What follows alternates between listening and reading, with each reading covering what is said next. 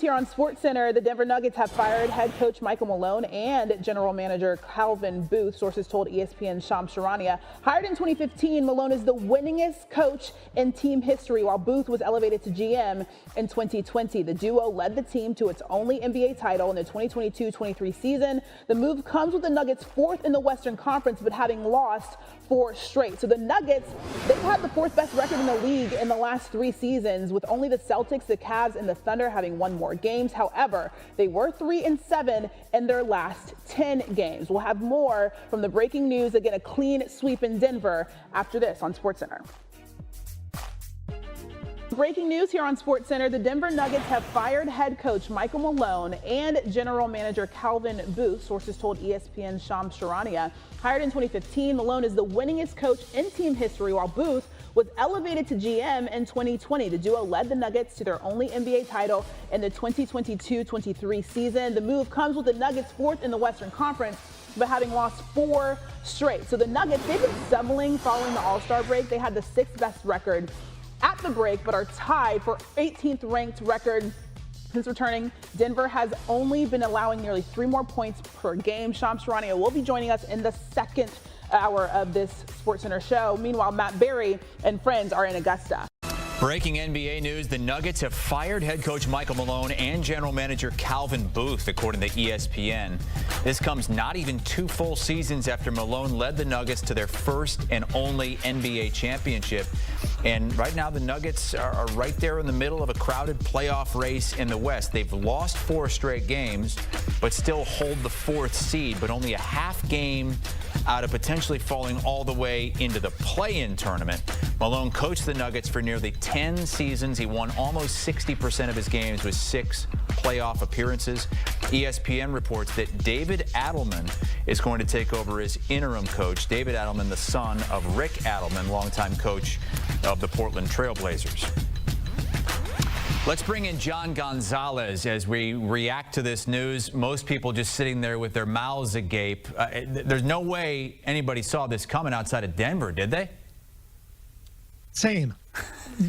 I found out about this the way everybody else did, where all of a sudden there was a push alert and everybody was kind of blown away by this. I mean, we were just, what, a couple of weeks, a week or so and change removed from the Grizzlies firing Taylor Jenkins, and everybody went, wow, that's incredible. That's insane. Why would they do this? They're only the 2nd team in NBA history to have a winning record and fire their coach after more than 70 games. Well, now we have 3, and this one is much more staggering and much more surprising, Chris. I mean, this is a team in the Nuggets that has a chance, along with, I don't know, 4 or 5 other teams in the Western Conference, to come out of the West. Yes, it's been an uneven year, but when you have Nikola Jokic, you have a chance to come out of the West and win potentially an NBA championship. So to destabilize the team this close to the playoffs makes very little sense to me.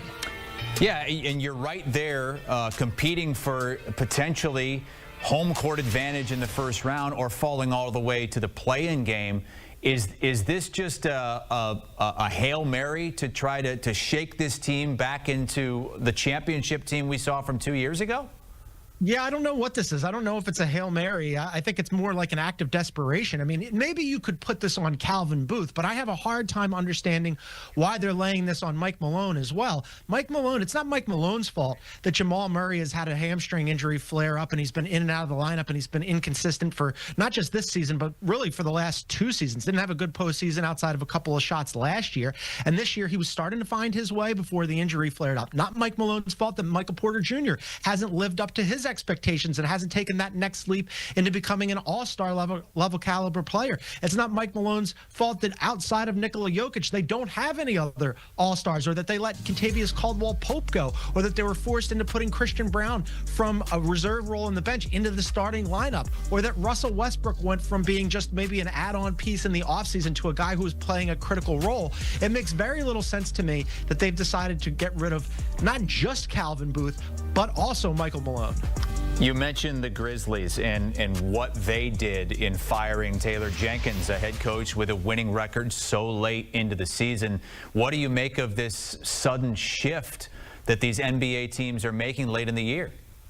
Yeah, it's very curious. I mean, in the case of the Grizzlies, Zach Kleiman decided for whatever reason that he wanted to move on from Taylor Jenkins. I said, and my podcast partner, Bill Ryder, our NBA insider, said on the Beyond the Arc podcast, hey, this doesn't make a ton of sense. If you decided that you wanted to move on from Taylor Jenkins, why not just do it after the postseason? For one, you're so close to the playoffs that this is really disruptive. And for two, if you get bounced out of the first round of the playoffs or the second round of the playoffs, then you're going to be looking for a scapegoat. You've got a convenient one. Now, all of a sudden, everybody's got their eyes on you.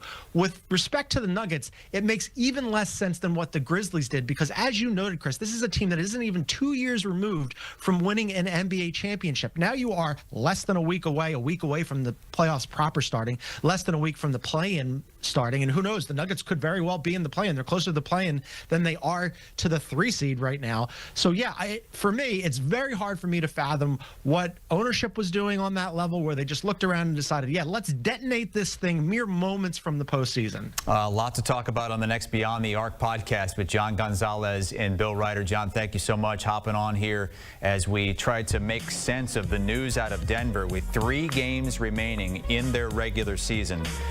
The Nuggets have fired head coach Michael Malone and general manager Calvin Booth. They are back in action tomorrow night in Sacramento against the Kings, then home against the Grizzlies, who did pretty much this very same thing a week ago, firing their head coach with a winning record. And then they'll finish up the regular season Sunday in Houston, currently the 4 seed, but only a half game up on a couple teams that SportsCenter. We've heard a lot about the Lakers, the Thunder, the Warriors, the Rockets, but not much on the team in the East. Have we forgotten the Celtics are the reigning world champs? In fact, out of the 5 best records in the NBA this season, 3 teams reign from the East. Here's the first take crew on if there's any team that can knock the Celtics off the mountaintop. The Celtics were disrespected after they won their last championship, so they're pissed off. 2, they brought back every single player from their championship squad. So when I'm looking at the Celtics and how pissed off Jason Tatum has been, not getting enough recognition, low-key having an MVP type season, I don't see a single team in the NBA that's going to beat this team healthy in the 7-game series. Not one. And I agree with Perk on this, though. I think the Celtics are far and away the favorite. When I see that the Celtics, that you can get a bet down where the Celtics, where the Thunder have a bigger favorite, I don't get that odds making because the Western Conference is a way tougher run, and the Celtics have demonstrated that they are just going to be really hard to handle over a 7-game series. But I think if LeBron is healthy, Luka is healthy, because you're going to have to score. Because the one thing the Celtics can do, they get up a lot of threes, but they can score. They can score a bunch of points. And now that they got Porzingis back, here's a guy that can protect the rim. You got on-ball defenders like Derek White. You got an on-ball defender like Holiday. So they can defend at an elite level. And Jaylen Brown, we saw what Jaylen did to Luka last year. So they have 4 guys that in the starting lineup. And then you bring Big Al. If he's not a starter, you can bring Big Al Horford off the bench, and he can protect the paint, and he can defend. So they do switch everything. But I think the Lakers, with the 3 primary ball handlers, Luka, AR, and LeBron, I think they can score. But my question is, can they defend at a high enough level? All right, so the Celtics have a winning record against the top 5 Eastern Conference teams this season. They're 3-0 against the Bucks and Knicks and look to complete the sweep against New York tonight. They have struggled against